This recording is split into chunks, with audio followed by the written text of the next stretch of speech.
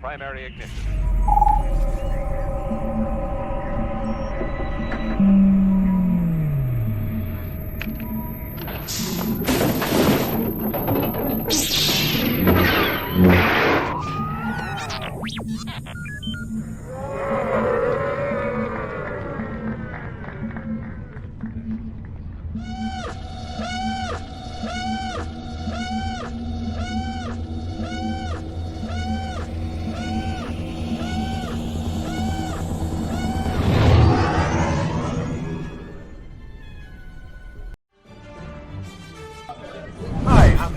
I was the Wampa ice creature in The Empire Strikes Back, and you're watching the virtual Cantina network.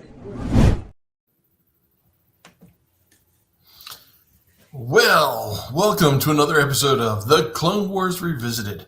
Tonight, Season 3, Episode 18, The Citadel. Yes, another 3-story arc from what I understand, and it's going to be Mark and myself tonight. Ashley's having a little internet difficulty due to the weather, I'm sure, up in the Boston area. Another snowpocalypse. This is crazy. Yeah, unacceptable. Winter needs to fucking end. But, pardon my comments, I'm over the damn thing. I got to get some work done, make some money. I was home today, which was nice that I was able to work from home. But yes. The cabin fever will set in quickly. I've been through this too much already, and I'm sure everyone on the East Coast is feeling it, especially New Yorkers, where it's like, we're a social people. We need to go out. I went out Saturday, and then by Sunday, like by 11 a.m., they were telling you to stay inside. It was like a shelter-in-place situation over here, like a war zone. And we actually had our streets closed down. Like we had a travel ban from 9 p.m. Sunday night into 12 noon Monday because of the quantity of snow. We got 18 inches over here in Woodside. Yeah, well, it was damn ass cold here today. It started snowing Sunday, and it was kind of like I have this one house I'm building up on top of a mountain, and the owner has a game cam that's aimed right at the house. And so Sunday, I'm reaching out to him, and I'm like, "You got pics? Come on, tell me what we got." And so he sends me his picture back, and I should have had it set up where we could have looked at it. And there was no snow, and we were like, "Yeah." An hour later, snow all over the freaking place because I guess we celebrated a little too early. And I was like, "Yes." And freezing, you said. Yeah. Like, oh my God! It was like it was going to be in the teens tonight. It was in the teens last night. It was like 13 or 14 degrees, and the wind was howling. God knows how cold it was outside last night. But today, I had to go. At the end of the day, I had to go get a round bale for my horses because they had eaten through the last one I got in about 2 days, and shoving it out of I was outside shoving it out of the truck. I was like, "It is cold out here." I was like, I generally tend to wear layers. Like right now I've got a sweatshirt on, a long sleeve shirt on, a t-shirt on, and I usually have a coat, hat, gloves. But it's my legs that usually get me. It's like all of a sudden when my legs feel my pants are cold, then it's cold outside. It's bad. I'm so over this winter, like in every way. I'm over this year. Like we're supposed to get up to 48 tomorrow. 48 tomorrow. And it's supposed to be seeing 60s by the end of the week. I'm like, yeah, that's boy. Good. I'm ready for that runway. I want the snow to melt. I want to get outside again. Like this is just the longest winter, seemingly. Yeah. Well, at least we have tonight to. I mean, last winter we didn't get any snowfall. No, hardly anything. So I was talking to Spencer earlier today, and he said this line to me that he put up here. My tauntaun didn't make the first marker. Now, of course, I was only hearing it. I couldn't see it. And I was like, "You what?" And now that I'm seeing it, I'm like, "Oh, okay. Now that's funny." Everyone's got some fun comments about the weather. And in the comments over here, hold on. Spencer says his tauntaun didn't make it to the first marker, which sounds accurate. And yes, Ashley is buried in the snow. Unfortunately, she's having some tech issues. But thank you, everyone who's joining us tonight. I know JB and Sarah had some snow and some cold as well out in Virginia. And Dave, yeah, it is rain. too much. Yeah, bad visibility. Yeah, That's when you know it's bad, Sherry, when you're wearing leggings under your jeans, layers, layers, and layers. We actually just cooked dinner a little while ago, so the apartment is like legitimately hot at the moment. I almost threw on a sleeveless, and I was like, no, I'm trying to find somewhere wherever I can. But today when I was working, I was in like sweatpants and a sweater. And of course, yeah, Jeff. Thank you, Jeff. I'm gonna move to California. No snow anywhere near him. As a reminder, Jeff, can you Jeff's in see Los this? Angeles. Can you see that, Jeff? Yeah. I was texting a coworker today because San Diego Comic-Con's coming up and numerous people are going. And I was like, maybe I just don't take my return flight. Like I've really had it with the East Coast and the snow and whatever, and I need a tropical move of some type. We are looking at booking a vacation where we can go sit on a beach for a little while, and because I need that.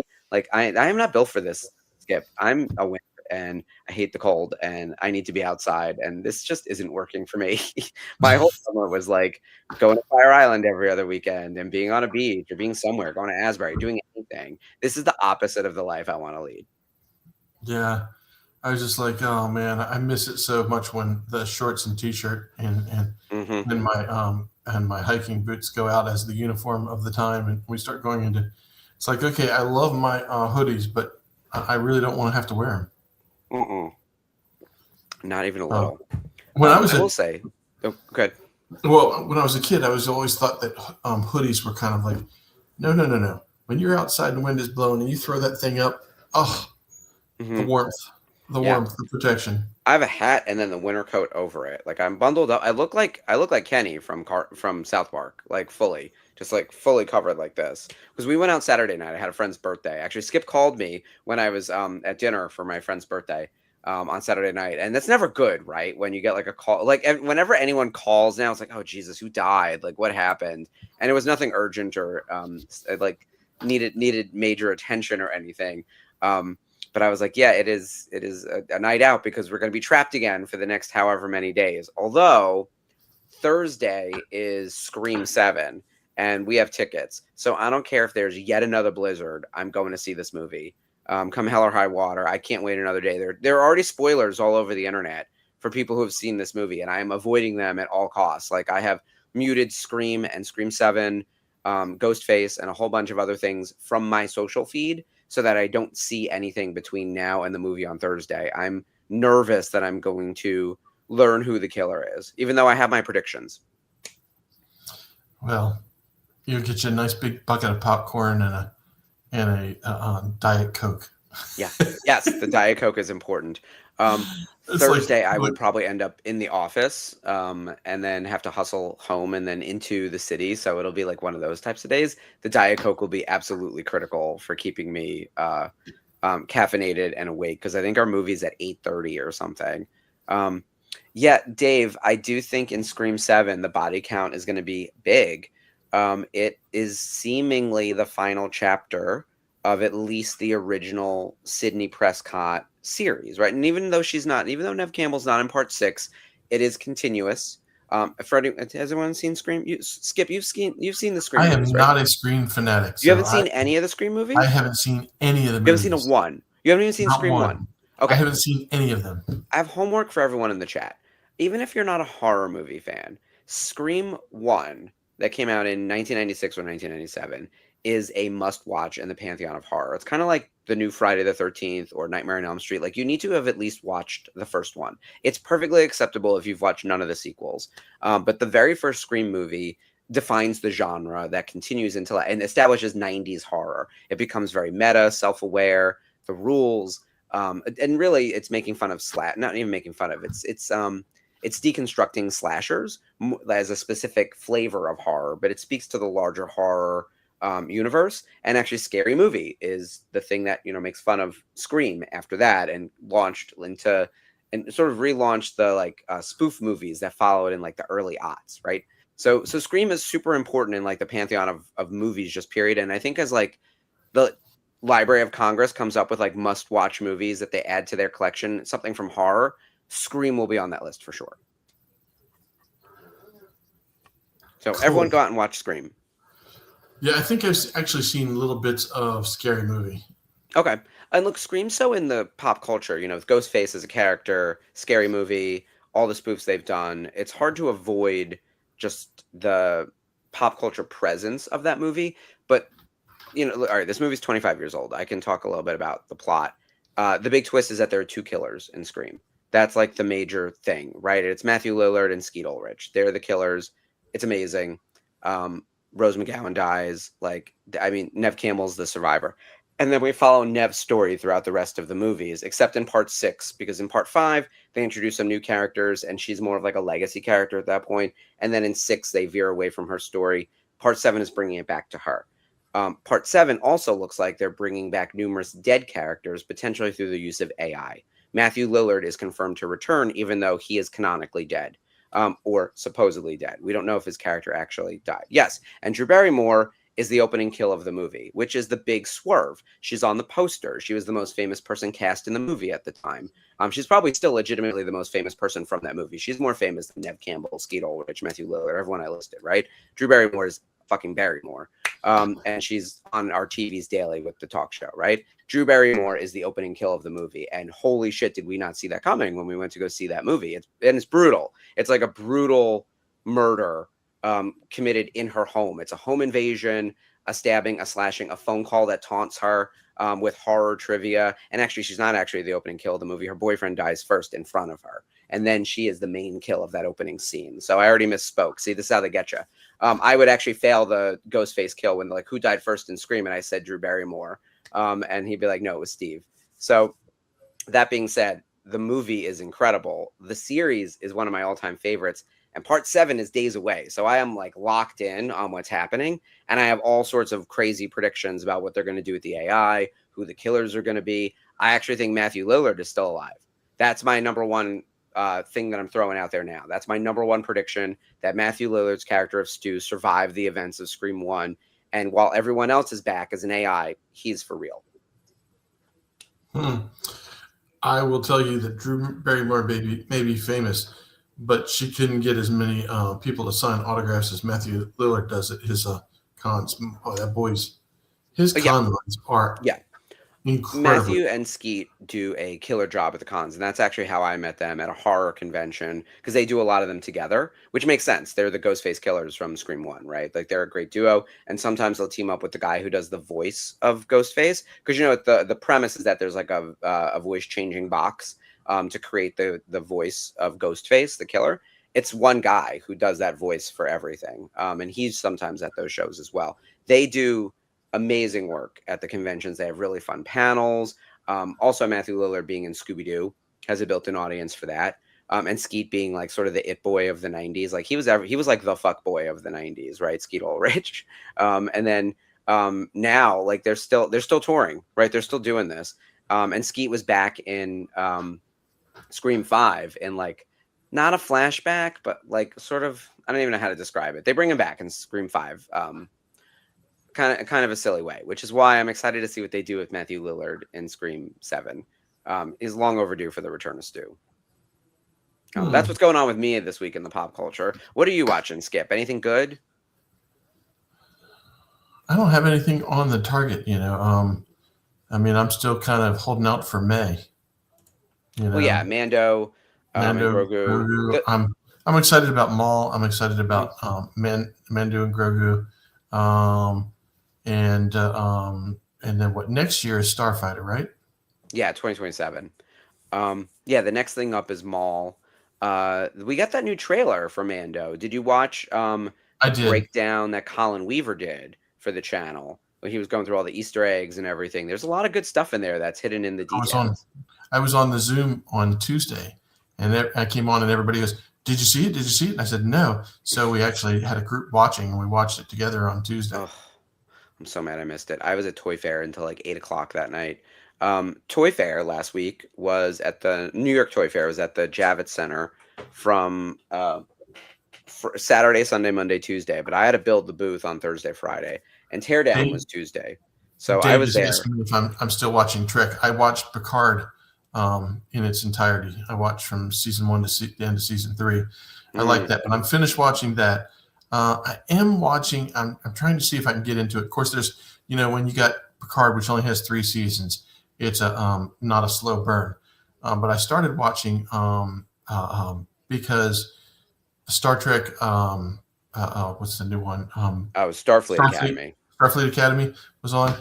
I love the character Sam. She just cracks me up. Which one's that? She's the kind of like the, I want to say AI character. She's a I don't know what the answer to that is. She's like a computer image. She's like a hologram. Played by Carrie Brooks. Oh, the girl with the buns. Oh yeah. Yeah, she's got the Sailor Moon buns. I know who you're talking about. Fucking cool. Hilarious. Yeah. Oh yeah, and she walks around and she's always giving everybody hi and so forth. She is the epitome of cool. Mm-hmm. I watched the episode where it tied into Deep Space Nine and Cisco, Captain's character. I heard that Cisco is back. That's very exciting. Well, it was actually there were some images of him, but it was not any new stuff. Gotcha. But his son Jake was in it, and then he's got to be my age, like his 40s or something, right? Yeah, and then they also had what is it, Dax, the yes. Turtle. I heard about the Dax thing because it's a new person with the symbiote, right? Yeah. So Jadzia has passed away, right? And he's on to the next one? Yes. Yeah. Well, Dax has inhabited a new body. That character died in a Deep Space Nine, and a new character took over Dax. Really? And then this is even a new character.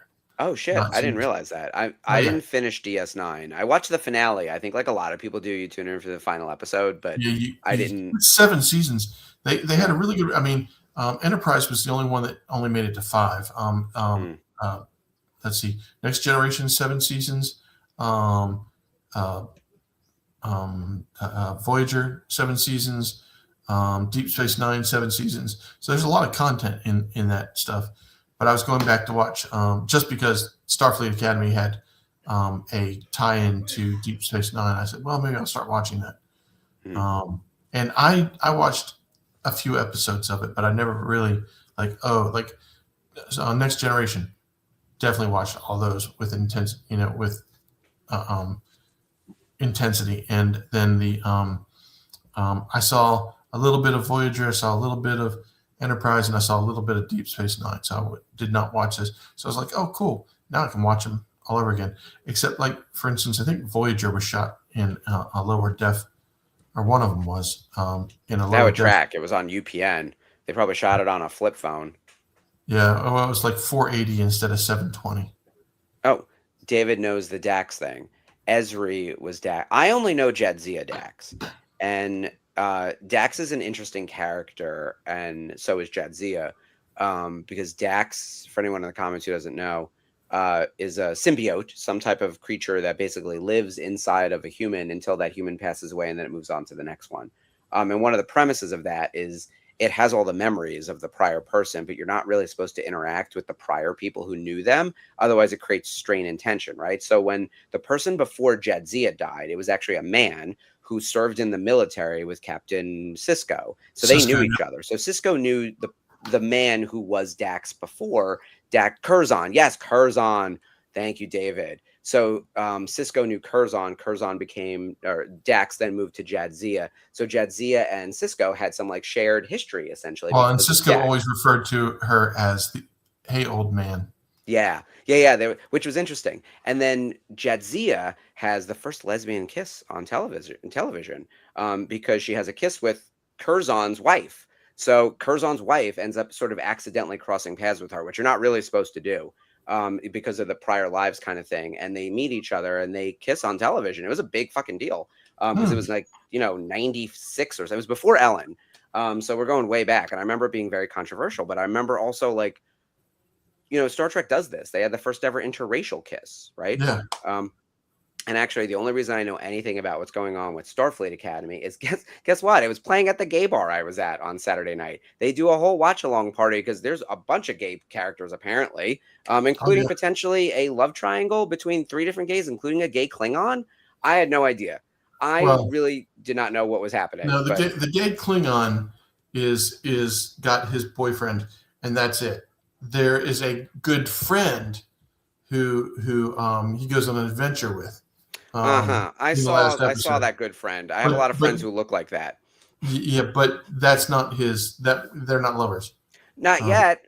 No, I don't. By the way, I don't think anyone is 100% heterosexual in most Star Trek.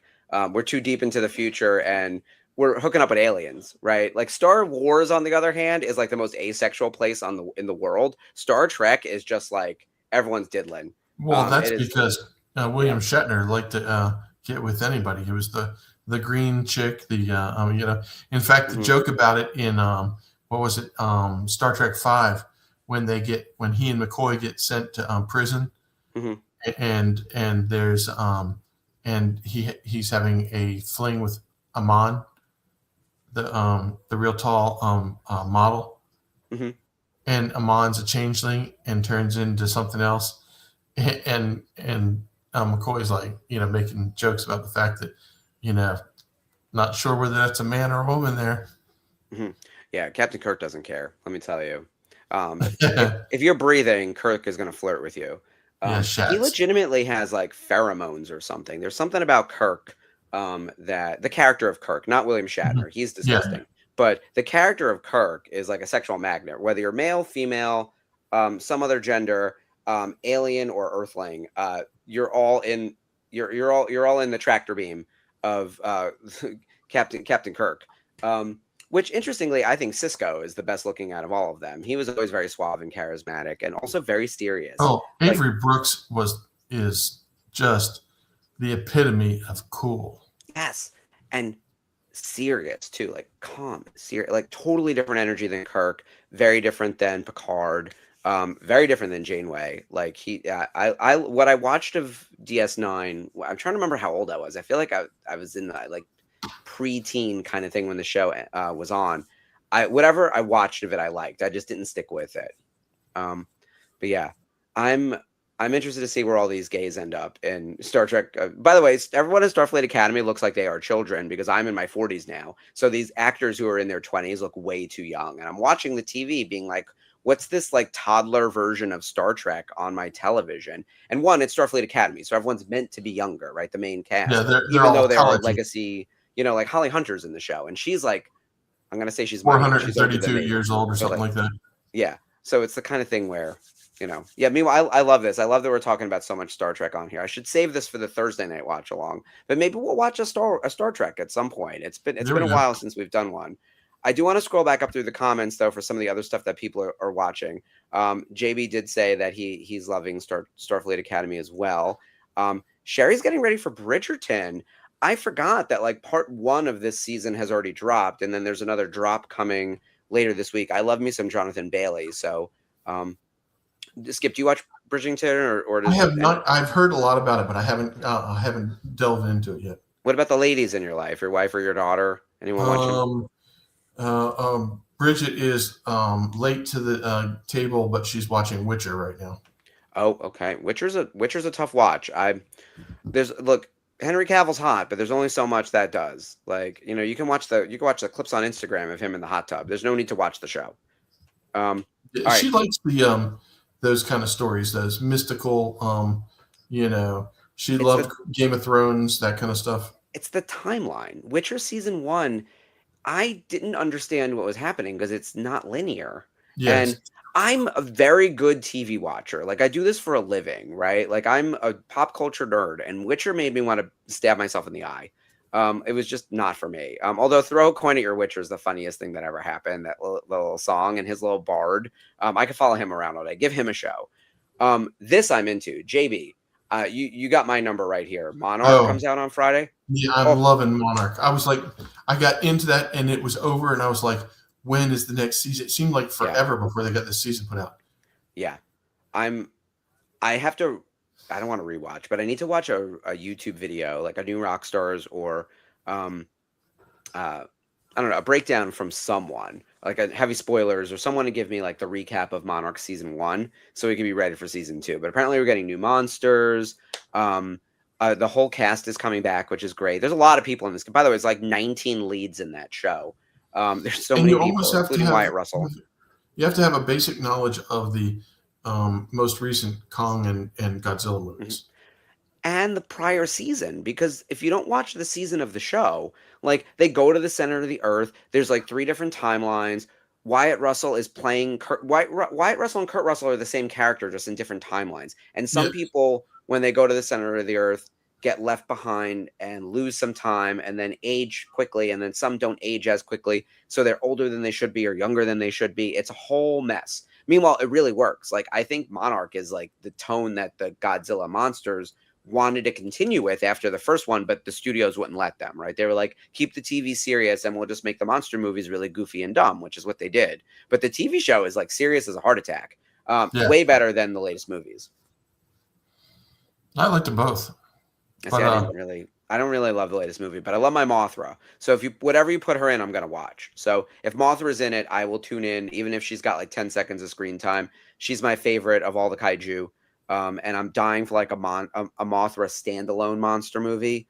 And preferably one where she goes like super destructive. Like, it's rare that she gets to destroy stuff. She's one of the good ones. So she usually has to defend and like fight, and she dies in like every iteration. But every now and then she gets to be like a hero that lives. And I want one where she just like destroys everything. I want like Rage Mothra. And then, she'll be forgiven after the fact for whatever reason, but that's my pitch to the studios. Get me a screenwriting deal real quick. Santi. Hey, thank you for joining. We're just going to start our episode in a couple minutes. We're catching up on all the pop culture going on. Boy, did we turn this into a Star Trek show. And I haven't even seen Starfleet Academy. I just keep seeing clips. And it was playing at the bar, so I wasn't really watching. But I kept looking at these gays going, what's happening? Two, why are there three? Like, it was the kind of thing where I was like, is there a love triangle brewing? Like, I didn't know what was happening. And then I saw Holly Hunter, and I was like, well, I wish I could hear her because, like, love her. And she's so hilarious because she walks around barefoot all the time. And when she sits in the captain chair, she's like lounging in it. I've seen the meme of her sitting in the chair. It's a whole thing. Yeah, it's a whole thing. And it's like, I watched the first episode and I'm like, so aggravated with, what's going on with these characters. And then I realized that was the stepping stone to who they became in the series. And it works out real well. I love the development of the characters. I don't give a shit about, these people that are like, oh, it's all woke. Fuck yeah. That's, it's Star Trek. It's supposed to be shot in the future. Yeah. It's Star Trek. Like, if you told me Star Wars was like pushing a conservative agenda of some type, I would kind of agree with that. As much as they like fight fascism, like, other than Andor, I think like Star Wars is very middle of the road politically. Star Trek is as left leaning as you can get. Like, they literally don't have currency. Like, you know what I mean? In the 60s, a white man and a black woman were kissing. I mean, it's always been on the edge. If you hadn't figured that out, then you weren't paying attention. Yeah. The original fleet included a white man in the lead spot, because it wasn't going to be any different than that. An Asian man as your second in command, or your third in command, a black woman who was fourth in command, a Russian on the ship. And if we were to do that now, it would be someone like Middle Eastern or something, right? Yeah. It would like you chose like the enemy of the country to be like a trusted person on the ship with you, to show that like hundreds of years in the future, that conflict no longer matters, right? Like, we've moved past all of that. And then they go visit different alien worlds and they tackle things like very heavy-handedly. There's a whole episode where people are painted like half black, half white. They have a whole thing about that. Like, it's not even subtle. One of those characters is on, one of those species is on Starfleet Academy. Oh, fun. I love when they do those callbacks. Doctor Who does that quite a bit, where they're like, remember this very goofy thing we did in the 60s and 70s? Guess what? We've updated it ever so slightly. It still seems ridiculous. Enjoy yourself. Like, I love when they do that crap. So we'll see where the show goes. I haven't been watching, full transparency, but I'm excited. Yeah, Sherry, you're right. It's been like the wokest of the woke. And then Chantal is saying that A Night of the Seven Kingdoms is supposed to be pretty good. Or no, you're asking, it was really good. Yes, and you like Starfleet as well. I have not been watching A Night of Seven Kingdoms, but that was also popping up all over my Instagram, because apparently the kid is really good. I don't know a thing about it. I have the Game of Thrones license, but we're not doing costumes for A Night of the Seven Kingdoms. We did stuff for House of the Dragon. So I know a little bit about that show, but I don't know where this fits. I think it's a midquel, right? It's like House of the Dragon is really old. Game of Thrones is the most recent, and this one sits in the middle. Is that correct? Does anyone know? Feel free to correct me in the comments. Okay, I'm going to take you back for just a sec. Did you watch Discovery, which is the lead up to Starfleet Academy? I shouldn't say no. I watched a little bit. I didn't get into it. I like Jason Isaacs. I like Michelle Yeoh. I like the guy from Rent, whose name I'm blanking on at the moment. Yeah, there's some real hardcore Klingon sex in that one. Really? Oh yeah. That's surprising. All right. Oh, it's real racy was that the first season, I think. Interesting.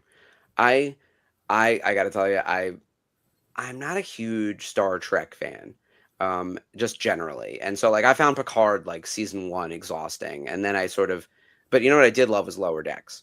Lower Decks is my favorite Star Trek, full stop, other than oh my God, Galaxy Quest, which I know is not technically Star Trek, but Galaxy Quest is the greatest thing. But Lower Decks is hysterical. Jack Quaid, his character of oh my God, I'm blanking on not Mjolnir.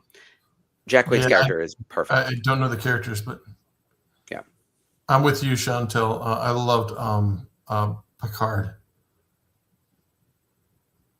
No, she's saying it wasn't the best. Oh, Picard. That's Oh, all I'm right. sorry. I'm not wearing my glasses. No, all good. Boimler, thank you, Dave. I'm having a day today. Yeah, highly recommend Lower Decks. With that in mind, because that's an animated series, we are going to get into our own Star Wars animated series over here with Clone Wars. We have the start of another 3-part arc, as Skip was saying at the top of the show. We're doing season 3, episode 18, The Citadel. Skip, take it away. Obi-Wan and Anakin allow themselves to be frozen in carbonite in an attempt to break into the prison known as the Citadel. Adaptation is the key to survival.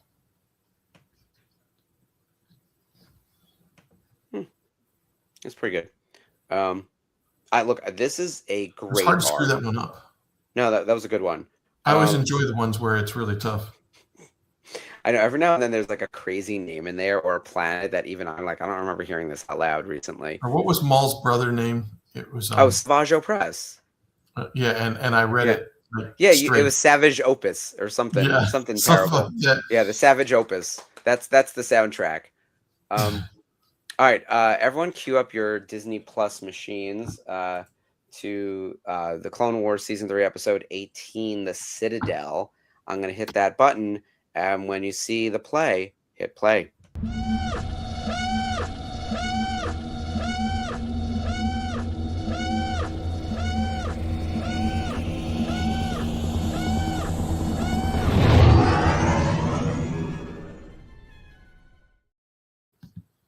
My Disney Plus is being so uncooperative. Well, I realize, so usually I've switched from watching it on the TV that's above my screen to watching it on my phone because I can throw in my earbud and hear it. I was like, oh, and then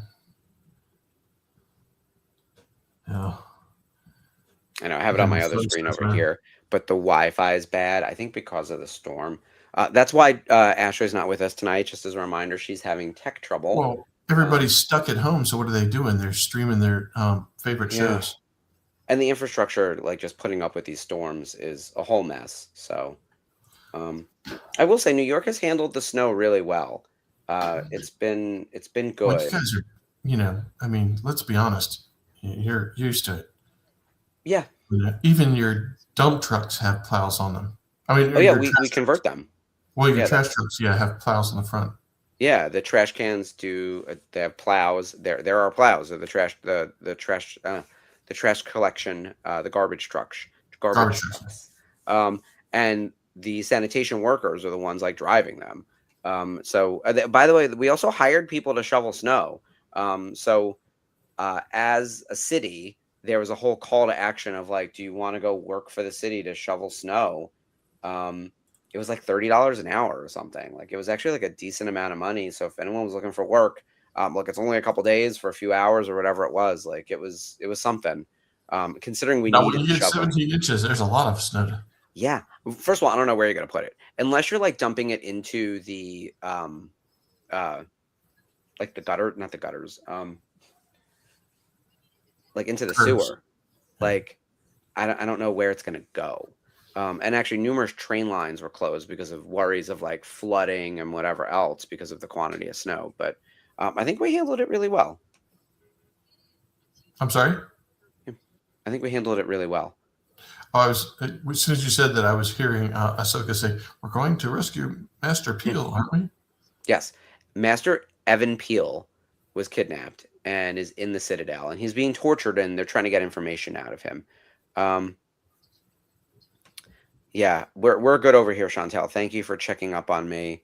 We have good infrastructure in the city, and I'm very lucky. I got to work from home. Like I haven't had to leave the apartment. My only concern is going stir crazy, but I have you guys to talk to, and my husband's home with me, and after this, we may even watch a movie. And I'll just fall asleep on the couch because I'm going to work from home again tomorrow. Like I don't have it in me to go into the office until Wednesday. Like it'll just crush me. And yes, Dave, have you seen our melters? I will say more than ever. Like look, I'm a big fan of Zoran, our new mayor. I voted for him in the primary. I voted for him in the general, and he's a very good communicator. And there are things about the city that like I don't think a lot of people knew, but is now more public knowledge than it was before. We have melters for snow where they like actually capture snow and collect it, and then they like literally melt it, and it goes into like the reservoirs or whatever else, right? We also have the garbage trucks that have the plows attached, and he actually like filmed videos to explain how all this stuff works to the everyday citizens. Because I think a lot of people, even if you've lived in the city for years, don't understand the basics of that. Like I bet you if you asked your like an average New Yorker, like how we do our plowing, they would think we have plow trucks as opposed to garbage trucks that have the plows attached, and that it's specialty drivers, not our sanitation workers. So there aren't incrementally people hired for this kind of stuff. Like it's part of like the fleet of people who would otherwise be collecting trash, right? So it's like part of their training and everything. So we're prepared for this stuff, and we have all this salt stored up, and they make decisions about school. There's online learning. We actually had an actual snow day today, which is amazing. So real snow day, everything was canceled. Tomorrow, in-person learning. But those decisions are being made both and shared in regular media and on Instagram and everything else. So the news is just coming out better than any I've ever seen as a longtime New Yorker. He's leveraging all the levers of communication really well, which is how I found out about being paid to shovel snow, which I was like, damn, I should have done that for a couple hours. I needed to get my workout in. I could have just done the rest of my work later tonight. Shows a little, what would you call it? Transparency. Yeah, that's what's been missing. Pull back the curtain and show the world how it works. Yeah, I think people feel stress when they don't know what's going on, right? I think we can all agree on that. The lack of knowledge is something that can create anxiety, stress, depression, all those things, and also feel disconnected. Just knowing what's happening is enough. Even if it's not functioning perfectly, even if that was already happening before, but now you know about it, even if it's not like a significant change. Like, it didn't change the processes significantly. We always hire people to shovel, and we always have these plows, and there's always a decision about school being open, right? None of those are groundbreaking, but like the way it was communicated to the populace was mind-blowing, right? Because it was actually handled effectively. That peace of mind made everyone be a lot more calm. And understanding too about like the quantity of snow, because we had snow on the ground for like 2 whole weeks, and they kept canceling alternate side parking, which means they couldn't clean because the snow wouldn't melt. It's been freezing here for the past however many weeks. It's actually been like really dangerous because of the ice and everything. And we actually had legitimately an emergency warning. I think I said this at the top of the show. Our roads were closed from 9 p.m. last night into 12 noon today. So that's considered an emergency kind of thing. Only emergency vehicles are on the street. Now, again, I don't know how they are enforcing that, because I also saw on the news this morning how many car accidents there were. So who the fuck is driving if no one's supposed to be on the road? So there's like that type of thing happening. So it's like, how are there 70 pileups if we're only supposed to be allowing emergency vehicles on the road? And I think a lot of that was in Long Island, but still. Yeah, Dave, you're right that after the melting, they dump that into the sewers and the reservoirs. I guess the water treatment plants. They can't just, however it works. But there's a great video on that. I was really impressed with all of the communication about what's going on. What about down in your neck of the woods, Skip? You don't need that same level of. No, that's the problem, is we don't get as much of it. So when we do get when we get 6 or 8 inches, it's a mess because we don't, it doesn't make sense for us to have the kind of equipment that you guys do. No, And not at all. so when we do get a decent snowfall, I mean, I've seen 12 to 24 inches here. You're down for a week or so because it takes them. And usually when we get that kind of snow, it stays cold for a few days. Whereas normally we'll get 3-4 inches of snow and the next day it's gone because it warms up, into the 40s and everything freezes. So when we do get that snow and cold weather, it's a damn mess. Hmm.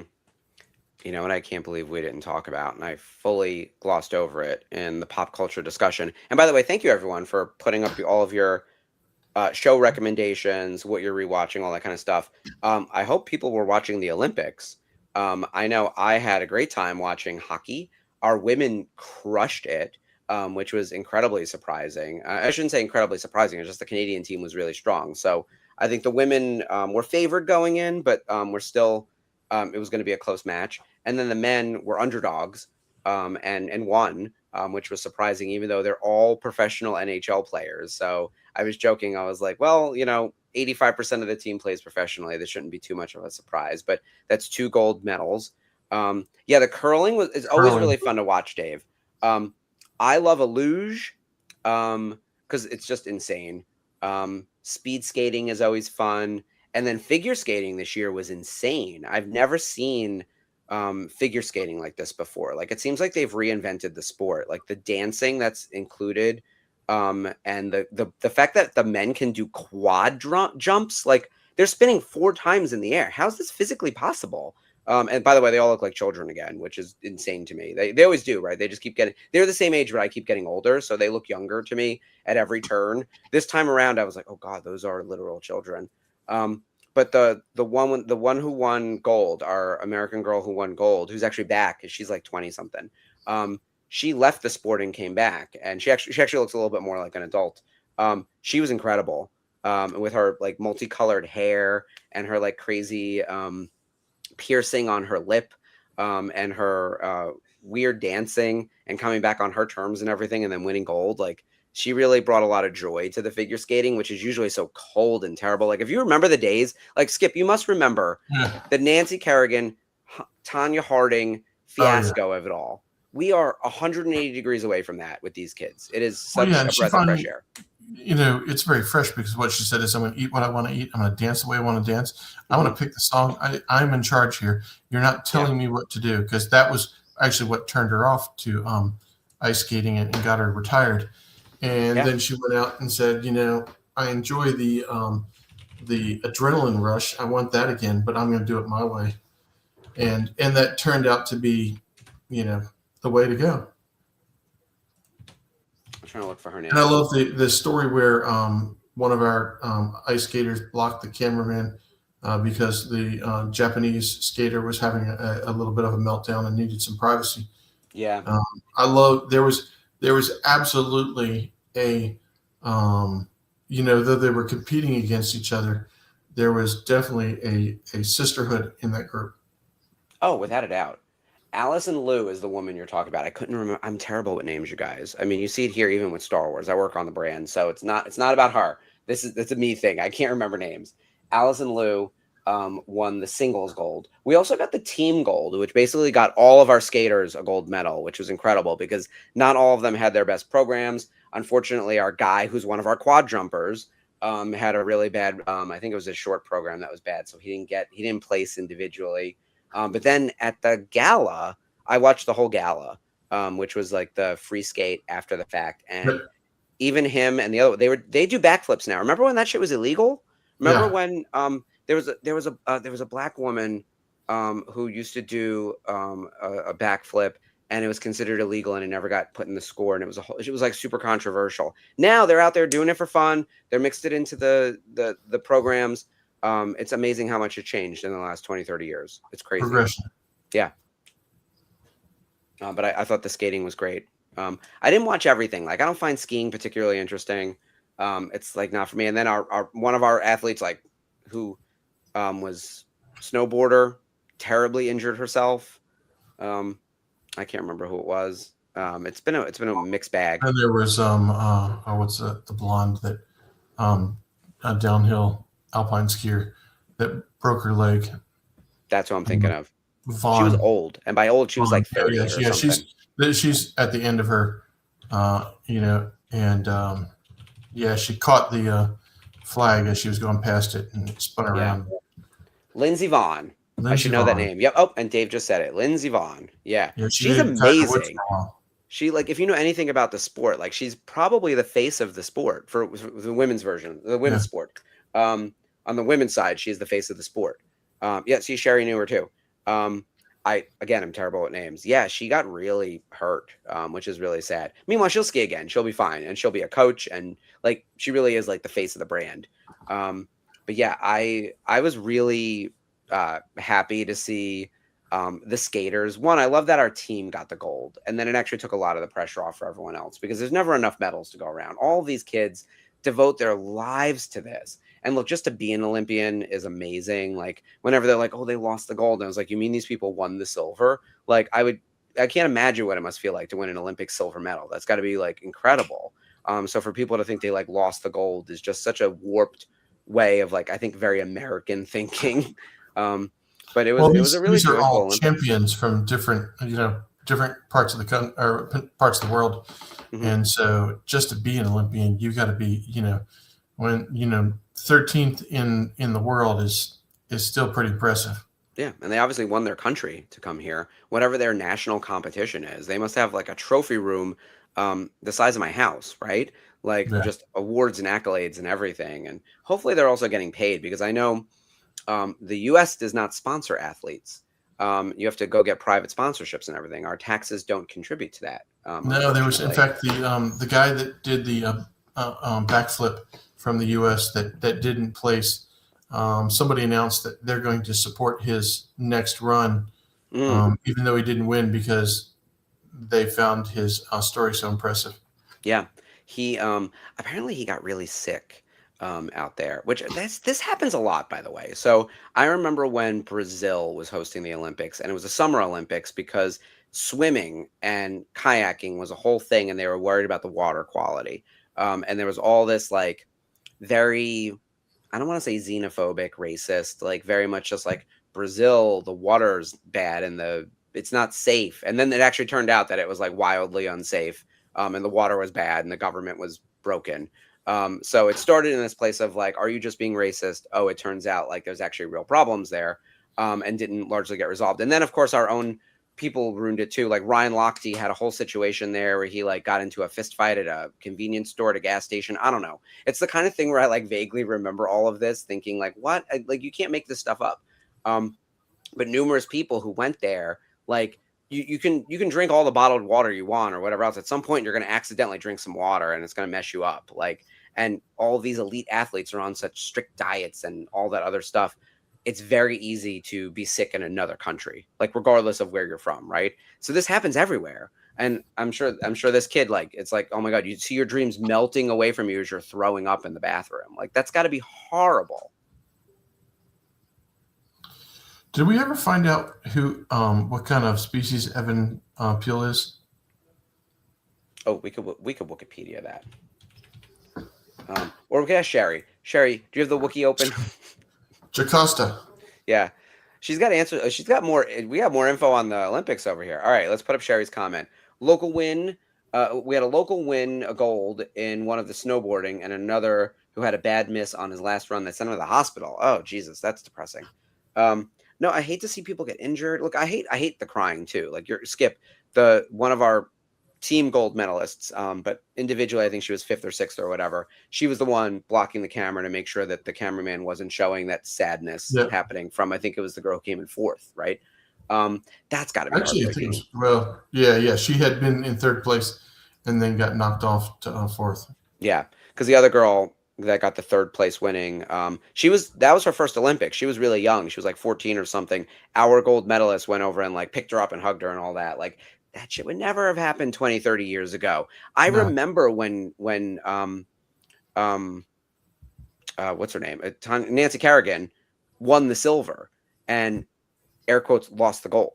And the stank of it all for everyone on that podium. They all didn't like each other. And this was after like the Tanya Harding fiasco of it all, right? Yeah. Like And I think Tanya Harding took the spot of someone who like legitimately no, Nancy Kerrigan took the spot of someone who legitimately qualified because Nancy was obviously attacked and couldn't compete. Yeah, so Tanya was in the one spot. Was it Michelle Kwan? That can't be. That timing's not overlapping. Michelle Kwan was she would have been too young, right? Whoever that third person was then knocked out to make room for Nancy Kerrigan. What a mess, you guys. All right, who's in the I feel like everyone in the comments is old enough to remember this stuff, but also we've now turned it into our own thing. Like I remember the spoofs of it all, where like Mad TV had a thing where Tanya Harding was like endorsing the club. You know, the club that used to put on your car to prevent it from being, and then she was going around hitting people with the club. That shit was funny. Mad TV, like they had no chill. Seems mean. Did you see that Jacosta's got our answer? He is Atlantic. I have no idea what that is. I'll be honest. I know I've been a licensee for, oh God, over a decade at this point. I've never heard of that. All right, let's put that up on the screen. Anyone know what Atlantic is? Can anyone name another Atlantic? Don't use the Wookiee. Put it in the comments if you know another Atlantic, because I sure don't. By the way, one of the things I love about Clone Wars is that like Master Evan Peel is just some dude in a costume in the movies. He doesn't do a thing. In the Clone Wars, he has a whole ass episode. And he's like critical of the plot. So this is what's cool about the Clone Wars. You got these like great stories about these Jedi who like were worth nothing in the prequels. And now here in the Clone Wars, they're actually worth a damn. Oh, my internet's crapping out again. I don't know what's happening in the episode, Skip. I'm on like a Tarkin is they've just got Tarkin. Tarkin has half the information and Peel had the other half. And here he goes in the doubting of the his constant doubting of the Jedi. Yeah. Tarkin is not to be trifled with, whether it's the Clone Wars, Rebels. He's scary in Clone Wars, too. And this is where he and Anakin, like, I don't think they first meet canonically in this episode, but I think production-wise, like, this is the first time we see them together. By the way, Tarkin played by the amazing Steven Stanton, friend to the channel. Awesome guy. Highly recommend you follow him on Instagram and Facebook and everything else. He's a good dude. And he's an amazing Tarkin. His voice matches right on. Practically did a show with us. I know, that was amazing. He just popped into the chat a few weeks ago. We've got to get him on, but I think that he is gigging at the moment. So we gotta find some time. But he's interesting as one. He's interesting as a person, as Steven. But the character of Tarkin is really interesting because there is suspicion that Tarkin knows that Vader is Anakin. Like very few people have figured it out. Thrawn has figured it out. Obviously, Palpatine knows, but Tarkin seemingly knows as well. And that's why he could be such a jerk to Anakin in A New Hope, in theory, is that he knows the secret. And if he let that secret out, like it would actually be like a big problem. So, I don't know. But he would know what Anakin is like from the Clone Wars. Oh my God, this is like fully frozen on me. Come on, guys. Nothing wants to work. Yes, Dave. Steven Stanton is a terrific voice match. His interpretation of Obi-Wan is like spot on in the Rebels episode where he's trying to be more like Alec Guinness. And he also voice matches for Ewan in the prequels for things, or for the movies for things. Yeah, Sherry, it's not 100% canon, but it's very much implied. And I think there's a lot of reading between the lines here. And I think if you ask Steven outright, he would say that it's not confirmed, but it's inferred.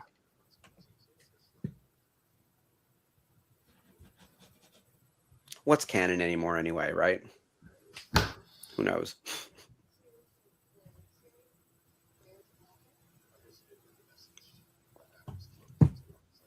My D plus crashed over here, so I have no idea where we are in the episode. You'll have to let me know when it ends, Skip. Yep, there's a little conversation going on between Tarkin and Anakin.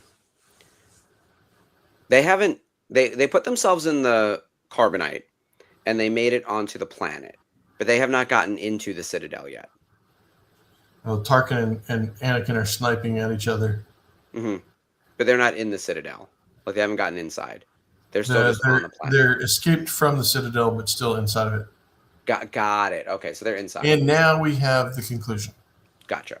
I couldn't remember how much got accomplished in the first episode. I thought the cryogenic freezing, which, by the way, how cool is that a whole bunch of them just got to do carbonite kind of for fun. Like, hey, let's go get in carbonite so we can get through this blockade. Hopefully this works. Well, I love the whole thing where Ahsoka waits till Anakin gets frozen and then gets permission from Plo Koon to go on the mission. Oh, she's so smart. Yeah. And then they wake up and you know, Anakin and Obi-Wan, and Anakin's going, there's something wrong with, you know, she's like, oh yeah, your eyes might have to recover. He goes, it's not the eyes, it's her ears. You know, I told her not to do this, and here she is. Good line. Yeah. Like, she's there now. What did I teach you about breaking the rules? How? You showed me how. Like that. Yeah, everything. That's what it is. Yes, Sherry, this is another banger arc. Season 3 of Clone Wars really delivers, man. Especially after doing like the Mortis arc last week, which, by the way, thank you, Skip and Ashley, for covering while I was at Toy Fair. I'm sad I missed the show, but it was a long day, and then we had a little get together afterwards. But part 3 of the Mortis arc is wild, man. Like, just all of a sudden we're back. And then, like, did that happen? Was it a shared hallucination? We don't know. What the hell? Is Ahsoka a god now? I mean, kinda, right? They leave a lot of questions out there. I know it's not your favorite episode, Skip. This is much more grounded. I like Citadel's answers. more for you. Yeah, I like answers, damn it. I know. I get it. I like the weird shit. So I'm sad I missed that third part, but I know we're going to see more. The best thing about answers is then when I tell people this is how it is, they have to listen to me. Oh no, I like to fight. See, I know what happened during the Mortis arc, but people don't always listen to me. No, I want it to be ambiguous so we can argue about it. That's the point of Star Wars. But yeah, I think with the Citadel, there's not a lot of ambiguity. This is a pretty straightforward rescue. It's like infiltrate, recon, rescue, that kind of thing. Like actually relatively basic, but just executed really well. Excellent performances. Really fun little plot ideas like the carbonite. It's a great workaround if you need to not be detected life forms in a ship. So those things like that are really smart about this 3-part arc. So we'll of course be covering it for the next 2 weeks. And then we only have a few more episodes after. There's just 2 parts after that, which are the finale of season 3, where Ahsoka meets Chewbacca. Because we have to have every character from the original trilogy somehow connect. You know, there's not even 6 degrees of separation. It's only 2. I have my moments where I'm like, each planet should have 1 billion people. How are we talking about the same 40 idiots that keep running into each other in these stories? Like it's patently ridiculous, but I get it. Like, every planet just must be sparsely populated. Again, everyone's asexual, right? We've barely seen a baby or a pregnant woman or any type of procreation happening whatsoever in Star Wars. Until Rebels. I would assume most of them just don't have sex. Like, I think it is a sexless world because the war is on, right? Like, we're always warring. There's no time for love. So it is a bleak, kind of almost dystopian kind of future where truly, there is no population replacement rate happening. But yeah, that's how the same 40 idiots all know each other. But yeah, I'm excited to do these last few episodes of Clone Wars in season 3 before we then make our way to Maul. Breaking news, we are almost in March for everyone paying attention to the calendar. And you probably saw the graphic this week go up on yesterday, about our Maul Madness that is starting, or March Maulness. God, I can't say it right. Hold on, I'll put up the real graphic. March Maulness starts this Thursday. So you guys, a few days early, we're doing all of March, paying tribute to the one and only Darth Maul, one of my favorite dark side users, possibly the template for what I think may become the replacement Mortis son. Who knows? But he's getting a whole ass show about him that starts in April. So we are doing a big countdown across the channel starting this Thursday with Phantom Menace. Which, of course, he's the lead villain in. So join us on the Thursday night watch along, where they're going to talk all things Maul while watching Phantom Menace. That's going to be a banger.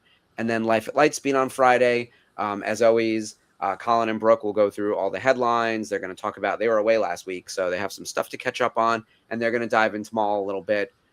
This week with the Nerf Herders, JT is turning 50, so he's having a very special birthday episode But 2 weeks from now, they'll also be covering Maul, and the whole channel is going to have Maul programming all month long, except on Clone Wars Revisited. We are staying true to the chronology. We are going to watch the episodes in order. We are not doing this nonsense again where we hop around like we did on Rebels. It made me crazy. And we're going to watch through the end of season 3, and then we will have a very special episode all about Maul before the show premieres in April. So that feels better, right, Skip? Like, that'll be easier for us to keep track of. Oh, yeah. Yeah, I like I'm that. looking forward to, after seeing the preview in Japan, I'm really excited about Maul. Yeah, Maul's going to be a banger. Sam Witwer, Vanessa Marshall, David Accord. There's a bunch of excellent people coming back. It's going to be bringing the girl that did the voice for the daughter in for that? Did I see that somewhere? That would be amazing if they did. Why am I blanking on her name? Oh my God, Adrienne Wilkinson. Is she confirmed? Adrienne Wilkinson's confirmed? No. I'm just saying that she was definitely she was the daughter. That would be cool if they brought her in. Yeah, I think that would be amazing. I love it. We got her to sign autographs for us when I was at Top, so I'm a fan. So everyone be sure to tune in to all things happening on the network related to the March Maulness, if I can say it right. We've changed the name multiple times, you guys, because we were doing Maul stuff and then we were going to do Mando stuff. And so this is going to happen across all the shows. Daughters of the Galaxy is going to do a special episode on Maul. I know with JB and Sarah, they're going to do everything they know about Maul, including some of their favorite moments, and they'll have their listicle and everything. The Nerf Herders will talk about Maul. The Jedi Archives boys are going to talk about the comics and the Son of Dathomir. The Unifying Force has a few different ideas planned for Maul, although next week, because it's right before the Oscars, they're going to have their Oscar special, so that should be really fun. Clone Wars Revisited will do one very special episode right before the show premieres, but the real activity is going to be on the Thursday night watch along. They are going to be watching The Phantom Menace. Then they're doing Clone Wars episodes, multiple episodes a night, which is going to be great to get us through all of the major Darth Maul Clone Wars episodes before we would have a chance to get there. So that's going to be cool. And they're doing Rebels episodes. So you may even see some of us pop in over there to help guide the discussion on Thursday nights. So we may be substitute teaching, as it were, on Thursday nights from our show, which should be a lot of fun. And then before you know it, the show will be on. We'll have a Maul after show as hosted by John and Bryce and Mike, just like they do for all the other after shows. And then we'll almost be ready for Mando. Can you believe it? Like, we're only a couple months away from Mando in theaters. Yeah. I'm looking forward to that one. Looking forward to... I was going to ask. What is it? The Avengers... what are they calling this? Oh, Doomsday? Doomsday, yeah. Yep, Doomsday's out in December. We have Spider-Man before that, though. Don't forget.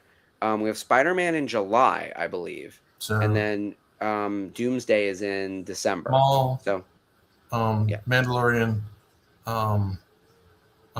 Spider-Man. There's got to be something in the fall I'm missing, and then Avengers. It's going to be a good year. It's going to be a lot of fun, and I think it's a tight year. I'm most excited for Masters of the Universe, especially because when I was at Toy Fair, I got to do some secret stuff at the Mattel booth. They had, thank you, Dave. Mo 2 is my go-to. I'm most excited about Masters of the Universe more than anything else in the world this year. Supergirl. Dave, you got my number over here. These are my licenses. Masters of the Universe hits in June. Supergirl hits in June. We're stacked. We're talking Maul, Mando, Motu, Supergirl, Spider-Man, and Avengers. Yeah, it's a heavy year. And there's no shitty like Sony non-Spider-Man Spider-Man things happening, so that's exciting. No Madam Web, etc. Dune comes out at the end of the year as well, along with Doomsday. I think Dune and Doomsday are right around the same time. There's a bunch of great TV happening too.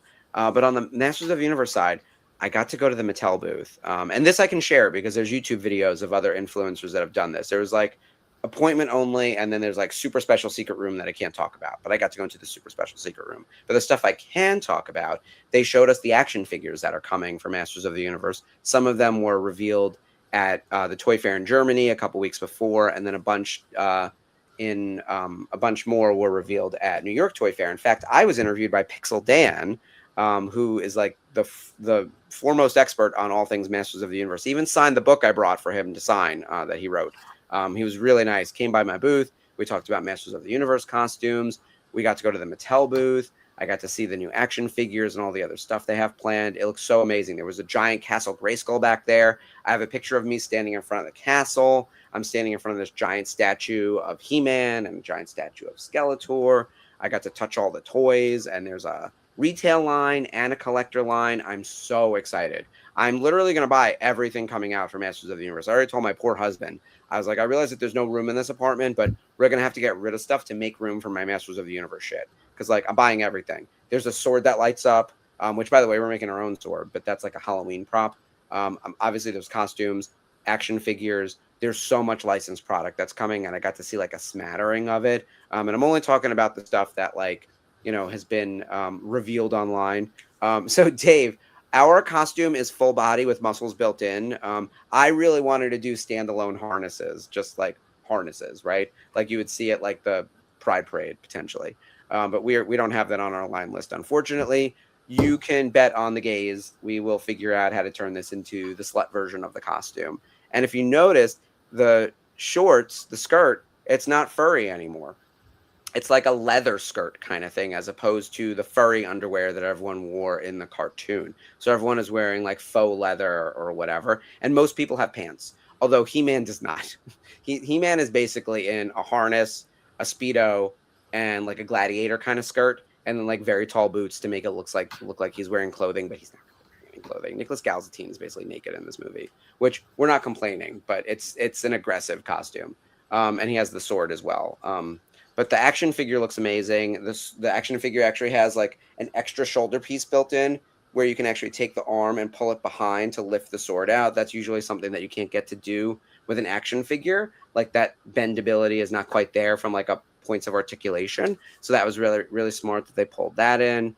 The whole lineup looks amazing. I'm obsessed. I'm now waiting for the reveals on the Supergirl front for what their stuff's going to be. I only know my product and like a couple other things like the Funkos and stuff, but there's going to be an onslaught of product for Masters of the Universe and Supergirl this summer. And don't forget the Mario movie is coming out as well. So we're in nerd heaven this year. It's going to be amazing. And yes, Sherry, possibility of Ahsoka. I think it'll happen. I think that Ahsoka is going to hit this year. So that's my suspicion, but I don't know. And yes, Dave, I almost forgot to put this up on the screen. The 2026 preview that the Unifying Force did aired yesterday. So everyone go check that out if you want to see what's going on in the Geekosphere for this year.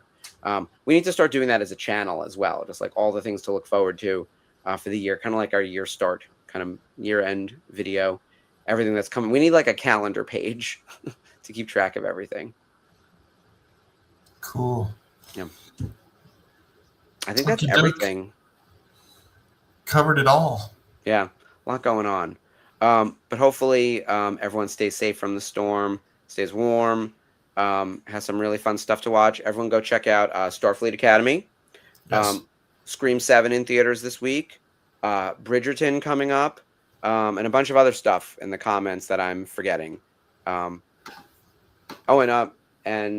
Zoom tomorrow, Zoom happy hour, Tuesday night. Yes. So I'm going to try to make it for a little bit. Yeah. All right. That's everything for this week. Thank you guys so much for joining us. Long live the Republic. And may the Force be with you. Night, guys.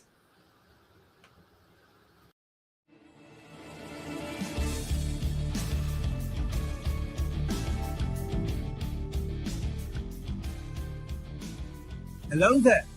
Hi, I'm Mark Von Olin, the Director of Programming at the Virtual Cantina Network, and I'm here with James Arnold Taylor, the voice of Obi-Wan Kenobi.